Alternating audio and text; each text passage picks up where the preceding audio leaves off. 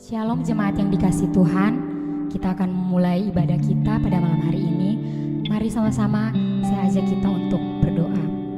Bapa dalam surga, terima kasih Tuhan buat perkenanan Tuhan atas kami, sehingga kami Tuhan boleh dapat beribadah pada malam hari ini Tuhan. Sucikan hati kami, pikiran kami Tuhan, hingga kami boleh layak Tuhan untuk menaikkan setiap puji-pujian kami Tuhan di hadapan-Mu Tuhan. Terima kasih Tuhan Yesus, kami siap untuk memulai ibadah kami malam hari ini. Hanya di dalam nama Yesus Kristus kami sudah berdoa. Haleluya. Amin.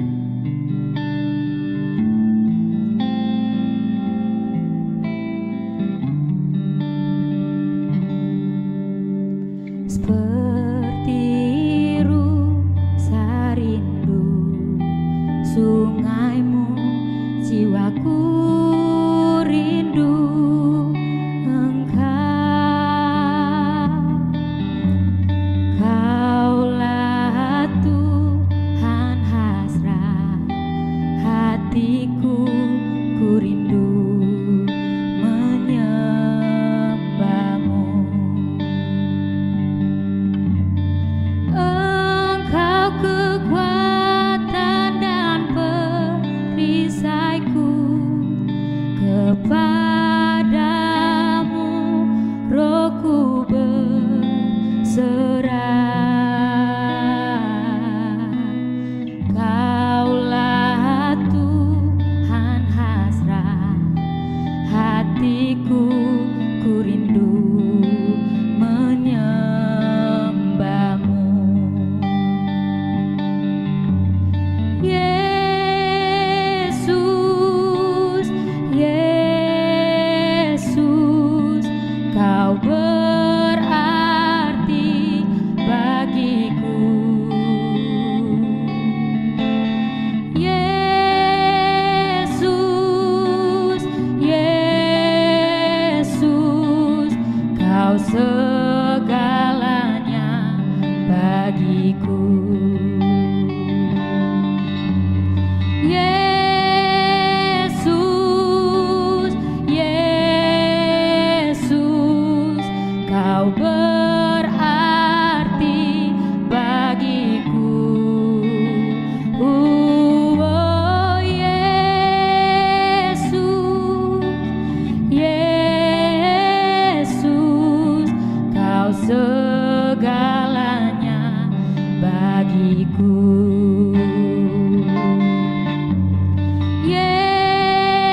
Yesus, Yesus, Kau berarti bagiku. Oh Yesus, Yesus, Kau segalanya bagiku. Kau segalanya bagiku.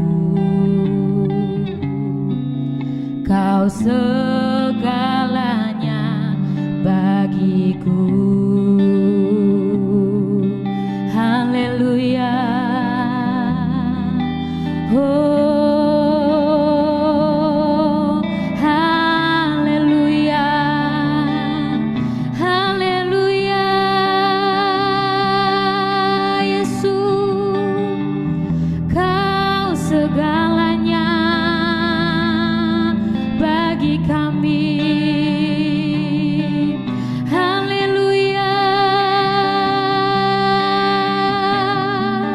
Yesus, kami bersyukur.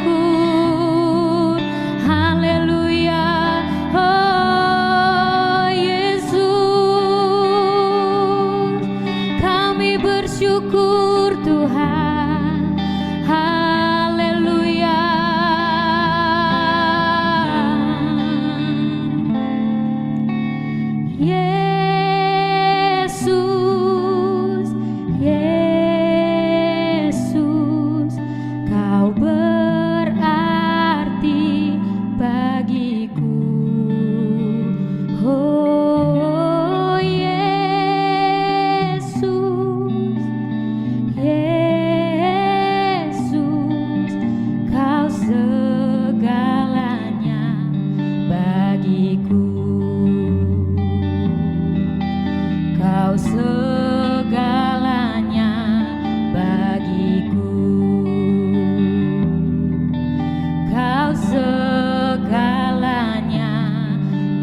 bagiku. Puji Tuhan, Shalom. Terpujilah nama Tuhan, bersyukur setelah kita memuji Tuhan, saatnya kita mendengarkan firman Tuhan. Mari sama-sama persiapkan segenap kehidupan kita untuk hati kita terbuka. Kita buka segenap apa yang ada dalam kehidupan kita untuk siap menerima kebenaran firman Allah. Puji Tuhan, kita berdoa terlebih dahulu. Bapa, mengucap syukur kepadamu Tuhan, kalau malam hari ini Kau beri kembali kesempatan kami untuk kami boleh datang pada Tuhan. Terlebih lagi Tuhan, betapa indahnya ketika kami duduk untuk mendengarkan kebenaran firman Allah. Urapilah kami semua, layakkanlah kami semua. Biarlah firman Allah yang akan disampaikan sungguh-sungguh bisa kami terima dengan baik. Kami mengerti dengan baik. Untuk kemudian kami lakukan di dalam setiap kehidupan kami. Terima kasih Bapak. Kami sambut firman Tuhan pada malam hari ini di dalam nama Tuhan kami Yesus Kristus. Haleluya. Amin. Puji Tuhan. Selamat malam jemaat KKR yang dikasihi oleh Tuhan. Pada malam hari ini kita akan mendengarkan firman Tuhan. Tema yang saya ambil pada malam hari ini adalah berkat sepanjang masa. Menarik sekali ya judulnya ya. Berkat sepanjang masa. Artinya ada jaminan Tuhan untuk Tuhan memberkati kehidupan kita, sekaligus Tuhan memberkati dalam berkat itu tidak pernah terputus, atau artinya bahwa berkat ini akan turun sampai kepada anak cucu kita. Haleluya, puji Tuhan. Mari kita akan membaca firman Allah. Mazmur pasal 37 ayat 25 dan 26. Mazmur 37 ayat 25 dan 26. Saya bacakan demikian bunyi firman Tuhan. Dahulu aku muda, sekarang telah menjadi tua.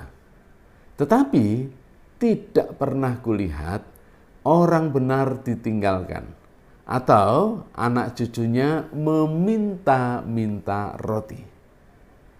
Tiap hari ia menaruh belas kasihan dan memberi pinjaman, dan anak cucunya menjadi berkat. Puji nama Tuhan.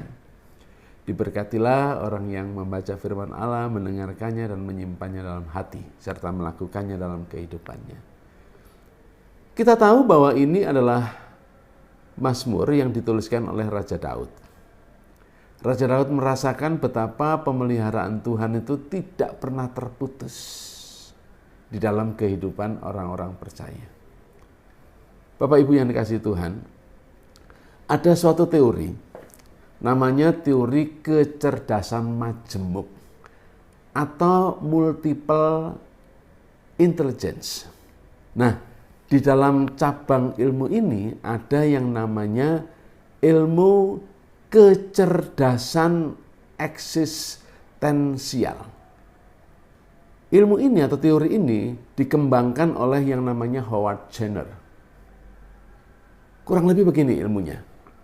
Jadi rata-rata orang yang memiliki kecerdasan majemuk atau multiple intelligence ini memiliki daya jangkau pikiran yang jauh ke depan. Tetapi bagi orang awam ini sepertinya nyeleneh. Sepertinya nyeleneh. Saya kasih contoh, satu teorinya atau pendapatnya begini. Apakah tidak mungkin matahari itu akan terbit dari utara? Kita semua tahu bahwa matahari itu selalu terbit dari timur dan akan tenggelam di barat. Itu sejak dahulu kala. Sejak dunia ini diciptakan seperti itu. Tetapi para penganut multiple intelligence ini, dia memiliki jangkauan seperti itu. Apa tidak mungkin? Suatu kali matahari itu terbit dari utara, lalu kemudian tenggelam di selatan. Bapak Ibu yang dikasihi Tuhan. Kasih Tuhan, pemeliharaan Tuhan, penyertaan Tuhan itu tidak pernah terputus tidak pernah berhenti bagi, perhatikan, orang-orang benar. Seperti yang dikatakan oleh Raja Daud tadi. Dari dahulu ketika aku muda, sampai sekarang aku menjadi tua, tidak pernah kudapati orang benar itu ditinggalkan. Jadi seperti matahari yang terbit dari timur dan tenggelam ke barat, itu suatu keniscayaan, suatu kepastian.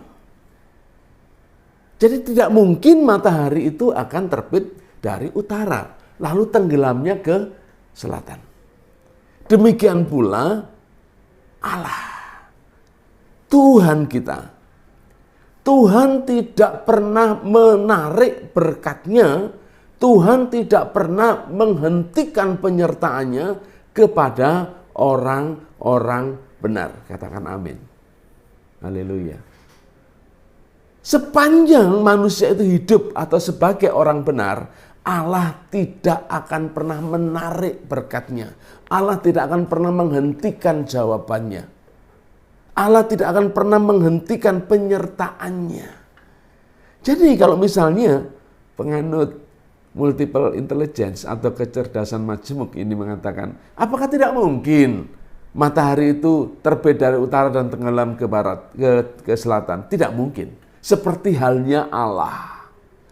Seperti halnya matahari terbit dari timur dan tenggelam ke barat. Seperti itulah cinta kasih Allah. Seperti itulah penyertaan Allah kepada orang-orang benar.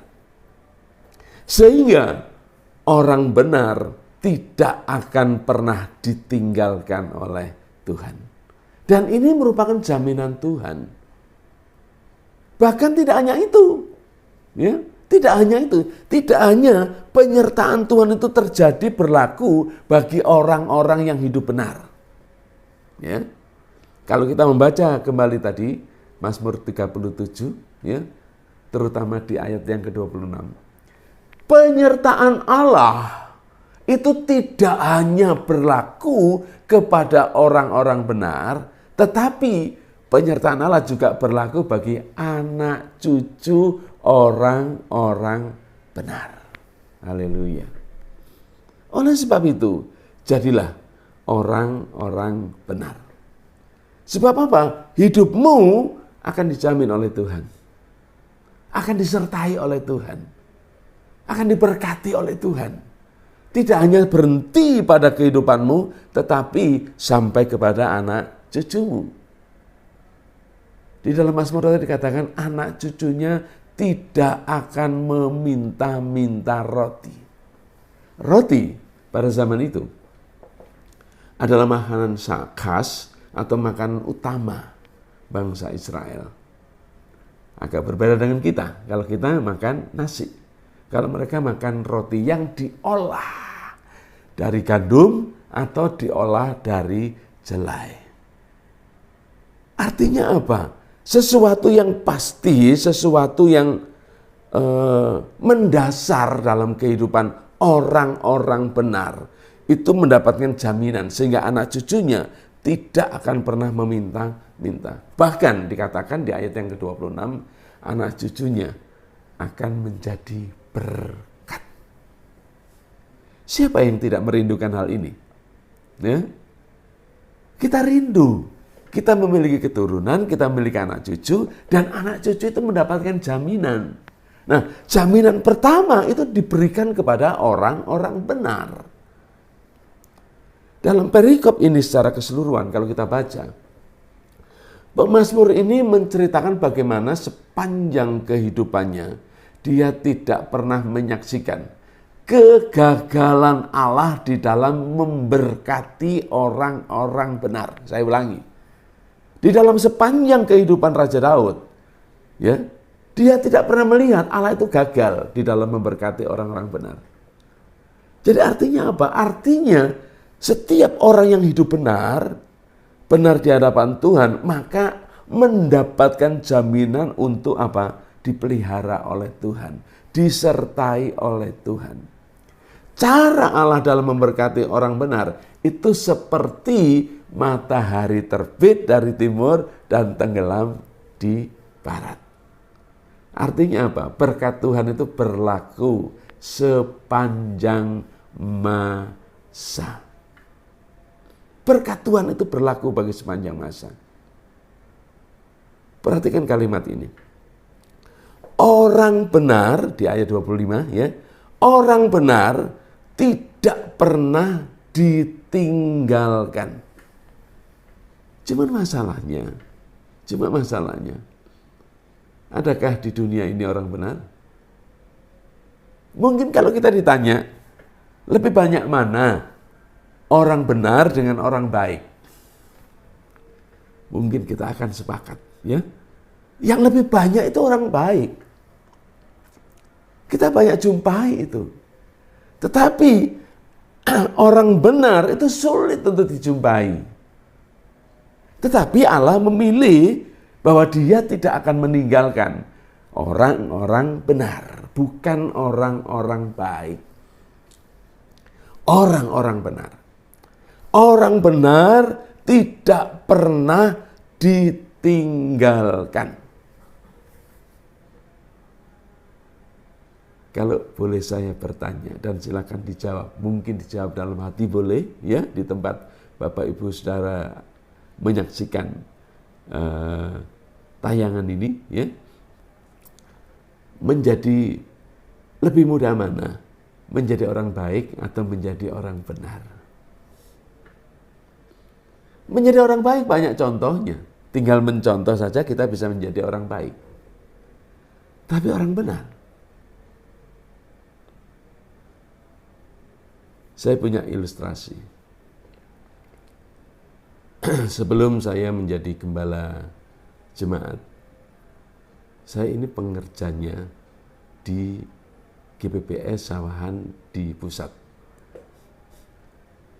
Pekerjaan saya salah satunya adalah mengantar surat. Nah, suatu kali setelah selesai berdoa pagi, kami biasanya para pengerja itu setiap pagi datang lalu doa pagi. Lalu kemudian setelah itu baru melanjutkan aktivitas berikutnya. Ada yang mengantar surat, ada yang membesuk dan seterusnya. Nah, saat itu tugas saya adalah mengantar surat. Saya bertanya ke bagian sekretariat, Bu, apakah ada surat yang saya antar? Oh, ada, Pak. Setelah saya lihat, surat ini alamatnya jelas, namanya jelas, dan saya bisa tahu, kurang lebih bisa tahu, oh, lokasinya di sini. Lalu saya berangkat dari gereja menuju ke lokasi.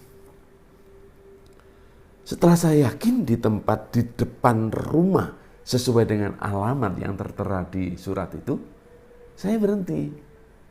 Saya pinggirkan motor saya, lalu saya berusaha untuk mendekati rumah itu. Ya, saya berusaha mengetuk karena tidak bisa mengetuk, ya saya bunyikan bunyi-bunyian yang ada di pintu gerbangnya. Tak tak tak tak tak. Sambil saya berteriak, "Shalom, shalom." Tidak ada jawaban. Tidak ada jawaban. Berulang kali tidak ada jawaban. Akhirnya sedikit putus asa, saya mau bawa kembali pulang. Atau saya mau bawa kembali ke kantor. Ketika saya mulai mundur dan mulai mendekati motor saya, tidak jauh dari situ, beberapa meter dari situ, ada beberapa ibu yang masing-masing memegang kepalanya yang di depan. Dan duduknya itu seperti begini loh, menurun dari depan ke belakang itu. Dari belakang ke depan itu menurun begini. Mungkin jemaat KKR mengerti kira-kira ibu-ibu ini melakukan aktivitas apa. Ya, betul. Mereka ini sedang petan. Saya beritahu bahwa petan itu bahasa Perancis, ya. Bahasa Indonesianya itu mencari kutu. Nah, daripada saya pulang sia-sia, maka saya mencoba bertanya kepada ibu-ibu ini, Bu, apakah betul nama ini, alamat ini, rumahnya yang ini. Ketika saya sodorkan ke ibu yang paling depan, ibu ini mengatakan begini, oh ya betul mas, ini rumahnya. Tetapi tidak lama kemudian, yang di belakangnya itu mengambil dengan paksa surat ini.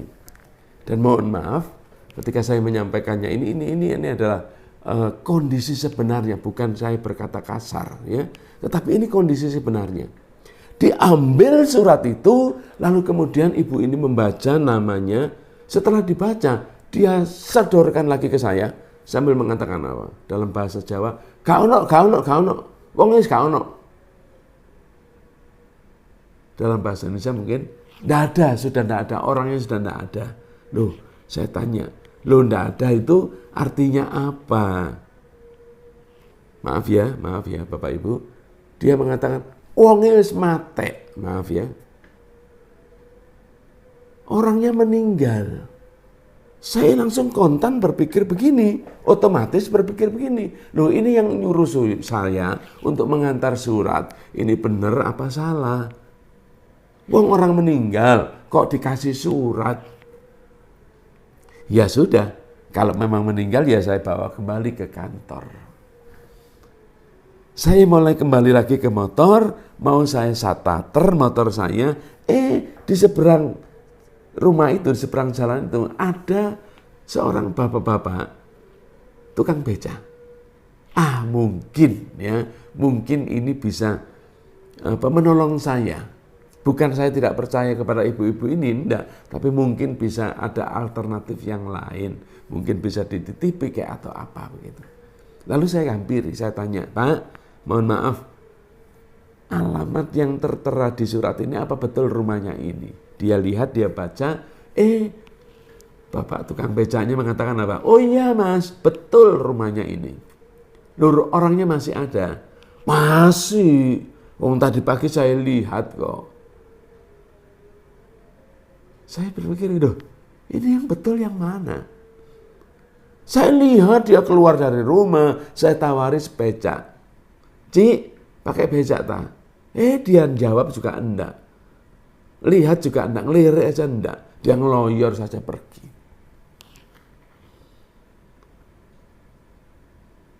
Padahal Bapak Ibu, mohon maaf sekali lagi saya tidak mendiskreditkan pendeta, tidak. Tetapi saya hanya bercerita dari pengalaman ini. Di situ tertulis nama kepada yang terkasih. PDM. PDM tahu Bapak Ibu? Pendeta muda. Dan saya waktu itu masih pendeta pembantu. Jadi saya sangat respect, saya sangat hormat dengan orang yang akan dituju di dalam surat itu. Lalu saya tanya kepada tukang beca ini, Pak, kenapa kok ibu-ibu tadi mengatakan bahwa orang ini sudah meninggal? Mohon maaf Bapak Ibu. Bapak tukang beca ini mengatakan begini, pantes mas. Pantes lah ibu-ibu ini ngomong orang yang sudah meninggal. Nah memang orang ini sombongnya minta ampun, judesnya minta ampun, pewelitnya minta ampun. Bapak Ibu, sekali lagi saya tidak mendiskreditkan pendeta. Dia ini seorang PDM. Artinya apa? Artinya dia sudah memiliki pengenalan yang benar kepada Tuhan Yesus Kristus.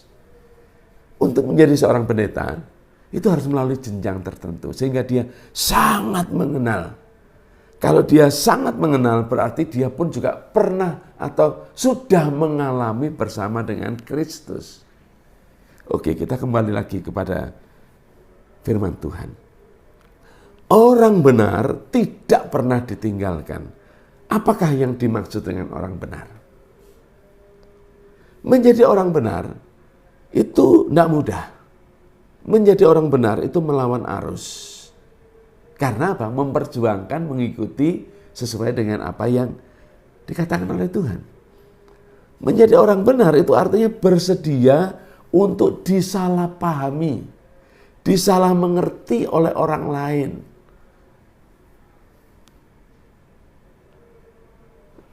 Tetapi menjadi orang benar itu bukan alasan ketika kita menjadi orang benar lalu kita kemudian menghakimi orang-orang yang tidak benar. Bukan begitu. Bukan begitu. Menjadi orang benar itu ada tujuan Allah yang diberlakukan atas kehidupan kita. Kembali kepada pertanyaan saya yang pertama tadi. Apakah ada di dunia ini orang benar? Coba kita membaca di dalam Roma pasal yang ketiga. Roma pasal yang ketiga. Kalau orang baik banyak. Dan saya yakin yang melihat tayangan ini pasti semuanya adalah orang baik. Kalau orang benar, mari kita lihat dalam diri kita masing-masing. Ya, baca di dalam Roma pasal 3 ayat 9 dan ayat 10. Jadi, bagaimana? Apakah kita mempunyai kelebihan daripada orang lain? Sama sekali tidak. Sebab di atas telah kita tuduh, baik orang Yahudi maupun orang Yunani, bahwa mereka semua ada di bawah kuasa dosa. Seperti ada tertulis, perhatikan ini ya. Tidak ada yang benar, seorang pun tidak. Jadi di dunia ini tidak ada orang benar. Lalu pertanyaannya bagaimana Mazmur 37 ini berlaku dalam kehidupan orang-orang Kristen? Tidak ada orang benar? Iya. Kenapa? Roma pasal 3 ayat 23. Ya, Rasul Paulus menambahkan begini. Roma pasal 3 ayat 23. Karena semua orang telah berbuat dosa dan telah kehilangan kemuliaan Allah. Jadi semua orang itu berbuat dosa. Semua orang kehilangan kemuliaan Allah. Jadi tidak ada orang yang benar. Lalu bagaimana Mazmur 37 ini bisa berlaku terjadi dalam kehidupan kita? Baca lagi Roma. Roma pasal 5 ayat yang ke-9. Ya, Roma pasal 5 ayat yang ke-9. Lebih-lebih karena kita sekarang telah dibenarkan oleh darahnya, kita pasti diselamatkan dari murka Allah. Ada orang yang dibenarkan. Bukan orang benar secara otomatis, tetapi orang ini dibenarkan. Manusia ini dibenarkan. Dan manusia itu harus menerima pembenaran daripada Allah. Maka orang itu menjadi orang benar. Dan ketika menjadi orang benar, firman Allah mengatakan, orang benar tidak akan pernah ditinggalkan oleh Allah, oleh Tuhan. Jadi Tuhan itu mencari orang-orang yang benar. Kenapa? Karena Dia akan menyertai orang itu. Dia akan menyertai orang itu. Tidak hanya orang itu disertai oleh Tuhan, tidak hanya orang itu tidak ditinggalkan oleh Tuhan, tapi anak cucunya juga tidak dibiarkan. Bahkan tidak dibiarkan minta-minta, dijamin oleh Tuhan. Ketika hidupmu benar, Bapak Ibu yang dikasihi oleh Tuhan, ketika engkau hidup di dalam kebenaran, maka hidupmu dijamin oleh Tuhan. Engkau menerima keselamatan dari Tuhan, dan engkau menerima penyertaan daripada Tuhan.